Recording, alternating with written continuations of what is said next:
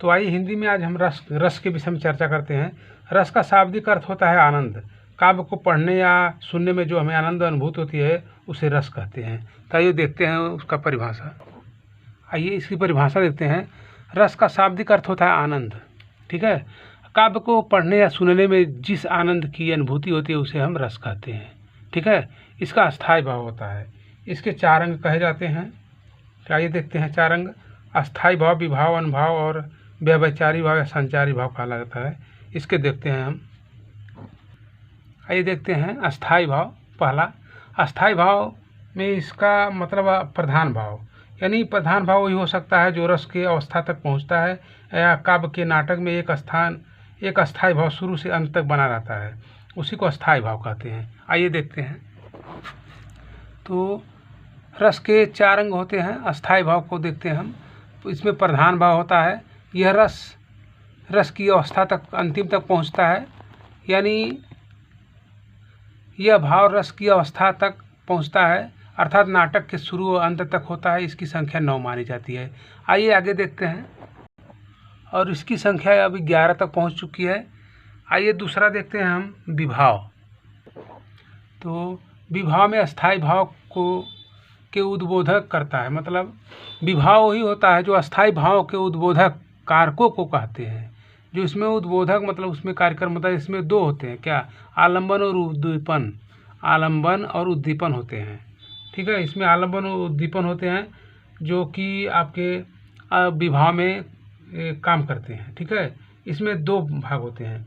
आलंबन विभाव जिसका आलंबन या सहारा पाकर के अस्थायी भाव जागता है वही आलंबन कहलाता है। और उद्दीपन वो कहलाता है जो उद्दीपन जिस वस्तु या परिस्थितियों को देख करके अस्थायी भाव उत्पन्न हो जाता है वही उद्दीपन कहलाता है। तो आगे देखते हैं हम अनुभव मनोगत भाव को व्यक्त करने वाले शरीर विकार अनुभव कहलाता है। जैसे मनोगत भावनाओं को जो व्यक्त करता है शरीर हमारा, वो अनुभव कहलाता है। इसकी संख्या 8 मानी जाती है। वो जो 8 हैं आइए बताते हैं आगे। तो आइए अनुभव में जो 8 आपके बताए थे, पहला स्तंभ था, दूसरा स्वेद, तीसरा रोमांच, चौथा स्वरभंग, 5वां कंप, 6वां है विवरणता और 7वां अश्रु और 8वां प्रलय। तो प्रलय में आप जानते हैं संज्ञानहीनता या निश्चितहीनता होता है, और जो है कि विवरणता में अब रंगहीनता भी हो जाता है। आइए आगे आइए चौथा देखते हैं, संचारी या व्यभिचारी भाव। तो इसमें मन के संचरण या करने वाले आने जाने के भाव को संचारी भाव कहते हैं। आइए देखते हैं। तो ये संचारी भाव या व्यभिचारी भाव को कहते हैं। मन में संचरण करने वाले आने जाने वाले भाव को संचारी या व्यभिचारी भाव कहते हैं। इसकी संख्या 33 मानी जाती है। तो 33 में आप देख लीजिए, वैसे ही हर्ष है, त्रास है, ग्लानि है, शंका है, अश्रुआ है, अमर्ष है, मोह है, उत्सुकता है, चपलता है, जड़ता है, निर्वेद, कृति, मति, वितर्क, आलस्य, स्वप्न, मद, अवहिल्या, हर्ष के भाव में छिपाने में, अपन जैसे मान लीजिए मरण है, व्याधि है, उन्माद है, स्मृत है, निद्रा है, श्रम है, विबोध है, आवेग है, हीनता है, उग्रता है, गर्व है, चिंता है, लज्जा है, विषाद है। ये सब 33 ऐसे माने जाते हैं। तो आइए हम पहले देखते हैं रस के प्रकार में, जैसे श्रृंगार रस, हास्य रस, करुण रस, वीर रस, रौद्र रस, भयानक रस, विभत्स रस, अद्भुत रस, ये सब आपको दिखाते हैं इसके अस्थायी भाव के विषय में जो हमेशा कॉम्पिटिशन में पूछे जाते हैं। आइए देखते हैं। तो श्रृंगार रस का अस्थायी भाव रति या प्रेम है, जिसमें नायक और नायिका का संयोग और वियोग का वर्णन किया जाता है।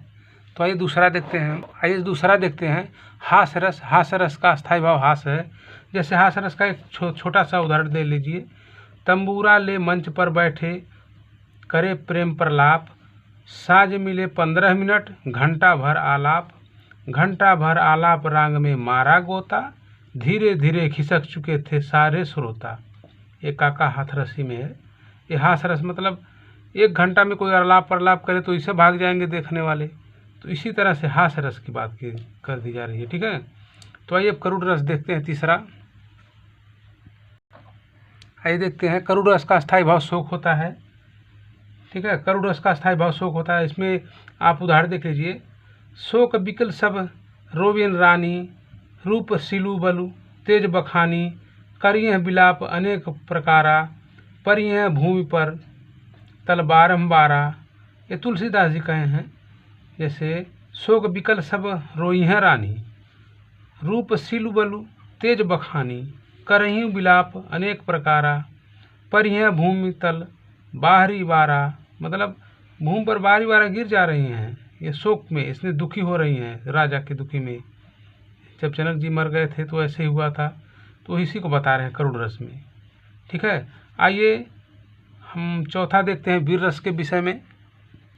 आइए चौथा देखते हैं। वीर रस का अस्थाई भाव उत्साह होता है, जो कि उत्साह में वीर तुम बढ़े चलो, धीर तुम बढ़े चलो। आप कोई भी उदाहरण दे सकते हैं, ये मत कहिए कि जो हम समझा रहे हैं वही देख लीजिए, कुछ भी रहे। जैसे हास रस में तुलसी जो बैठे थे सब ना, जैसे हास रस में जो वहाँ तपोवन पर बैठे थे, जो तुलसीदास जी की कोई एक दोहा है, उसको देख लीजिए। बिंद के वासी उदासी तपोव्रत महाबिनु नारी दुखारे, तिलसी तितर हुलसी। तो ऐसा नहीं है कि वो नारी के बिना ही दुखी थे, ऐसे हास रस है ऐसे। उसी तरह करुण रस में आप देखे हैं। ठीक है। उसी तरह वीर रस में देख लीजिए, वीर तुम बढ़े चलो। जो आपको उदाहरण आ जाता है कि ऐसे लगता है कि इसमें वीर भावना की, उत्साह की व्यवस्था की गई है, तो वैसे ही भावना के उदाहरण इसमें आप प्रयोग कर सकते हैं। तो वीर रस में वही है उत्साह, अस्थाई भाव। ठीक है। आइए आगे देखते हैं। आइए देखते हैं रौद्र रस। रौद्र रस में आपको देखते हैं इसका अस्थाई भाव क्रोध होता है। ठीक है। तो इसको आप देख लीजिए उदाहरण। श्री कृष्ण ने सुन वचन, अर्जुन क्षोभ में जलने लगे, सब सील अपना भूल कर करतल युग में मरने लगे। संसार देखे अब हमारे, शत्रु रण में मृत पड़े, मरते हुए घोषणा वे हो गए, उठकर खड़े। जैसे रौद्र रस, ये महसूस हो कि उसको रौंद डालेंगे, मार डालेंगे, ऐसा दिखाई दे। रौद्र रस क्रोध में आ जाता है, जैसे क्रोधी। इस तरह रावण क्रोधित होकर के राम पर आक्रमण करता है, उसी तरह से राम भी क्रोधित होकर के रावण पर आक्रमण किए थे, तो हनुमान भी क्रोधित होकर, ऐसे क्रोध जिसमें रौद्र रस, रौद्र रूप तो हनुमान का दूसरा रूप है ये है। तो इसी तरह देखिए आप रौद्र रस का अस्थाई भाव क्रोध होता है। आप क्रोध का कोई उदाहरण दे सकते हैं। ठीक है। आगे आइए देखते हैं। तो भयानक रस का अस्थाई भाव भय होता है। ठीक है। इसमें आप देख लीजिए। उधर गरजती सिंधु हरियाली, कुटिल काल के जालों सी, चली आ रही फैन उगलते उन फैली ब्यालों से। इसमें यह महसूस है कि बहुत ज़्यादा भय लग रहा है। जैसे कहीं आप भयानक में किसी में पड़ जाते हैं, जैसे डर जाते हैं, समझ लीजिए वही। तो कोई भी उदाहरण भयानक का, भय का महसूस हो कि ये बहुत भयानक है, तो आप भयानक रस का उसको उदाहरण दे सकते हैं। ठीक है। भयानक रस का स्थायी भाव भय होता है। तो आइए आगे देखते हैं। आइए विभत्स रस का अस्थाई भाव जुगुप्सा या घृणा होता है। तो ऐसा महसूस हो कि जिसको देखने पे आपको घृणा महसूस हो जाए, वहाँ विभत्स रस कहलाता है। उसका अस्थाई भाव जुगुप्सा या घृणा होता है। जैसे सिर पर बैठे काग, आँख दो खात निकारत, खींचत जीभहि श्यार अतहि आनंद उर्धारत, गिद्ध जाघ को खोद खोद के मांस उतारत, स्वान आगुली को काट काट के खाद बिदारत। तो ऐसे दिख रहा है कि घृणा लग जा रहा है, आपको ज़्यादा घृणा आ जा रही है। किसी भिनखौना चीज़ को देख लेते हैं आप घृणा हो जाते हैं, कोई गंदगी चीज़ देख लेते हैं घृणित हो जाते हैं। इसी तरह ऐसा कोई उदाहरण आप पा जाएं जिसमें आप जुगुप्सा या घृणा मतलब घृणित हो जाएं, वो विभत्स रस कहलाता है। विभत्स रस का स्थायी भाव जुगुप्सा या घृणा होता है। आइए आगे देखते हैं। आइए अद्भुत रस का स्थायी भाव विस्मय या आश्चर्य होता है। तो ऐसा महसूस हो कि किसी चीज़ को देखने पे आश्चर्यचकित हो जाए आप, वहाँ विस्मय या आश्चर्य अस्थायी भाव उसका होता है, अद्भुत रस कहलाता है। ठीक है। अद्भुत रस का अस्थायी भाव विस्मय या आश्चर्य होता है। जैसे उदाहरण में देख लीजिए। अखिल भुवन चर अचर सब, अखिल भुवन चर अचर सब, हरिमुख के लाख मातु, चकित भाई गद गद वचन, बिखसत दुतु पुलकातु। तो ऐसा कहने का मतलब है कि आपको किसी चीज़ को देख करके आश्चर्यचकित हो जाए तो वहाँ अद्भुत रस कहलाता है। उसका स्थायी भाव विस्मय या आश्चर्य होता है। तो आगे ये देखते हैं शांत रस।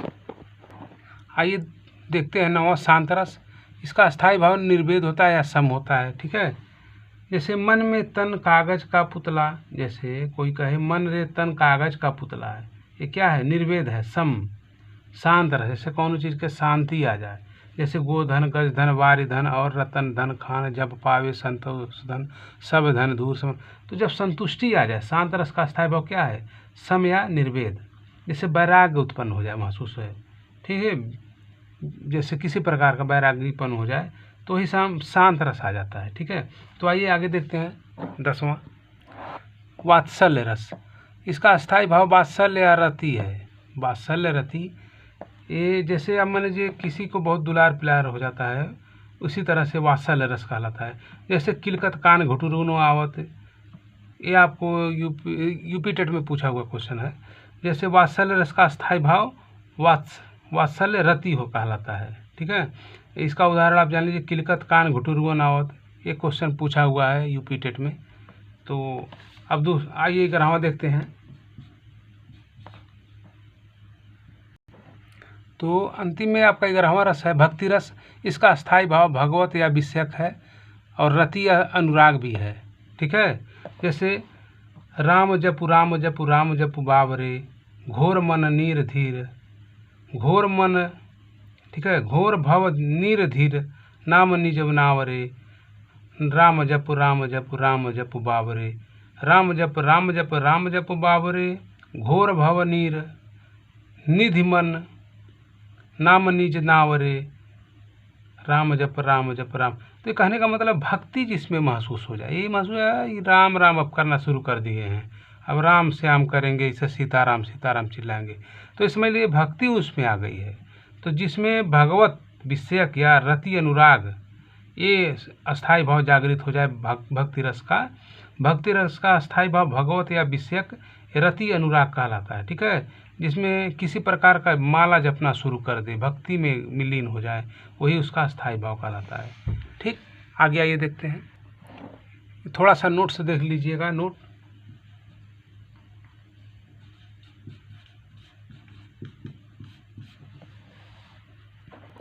श्रृंगार रस को रसों का राजा कहते हैं, जिसका स्थायी भाव रति कहलाता है। नाटक में 8 ही रस माने जाते हैं, शांत रस को नहीं गिना जाता है। भरत मुनि ने 8 रस की ही चर्चा की है और श्रृंगार रस 9 रस ही माने जाते हैं, जो है कि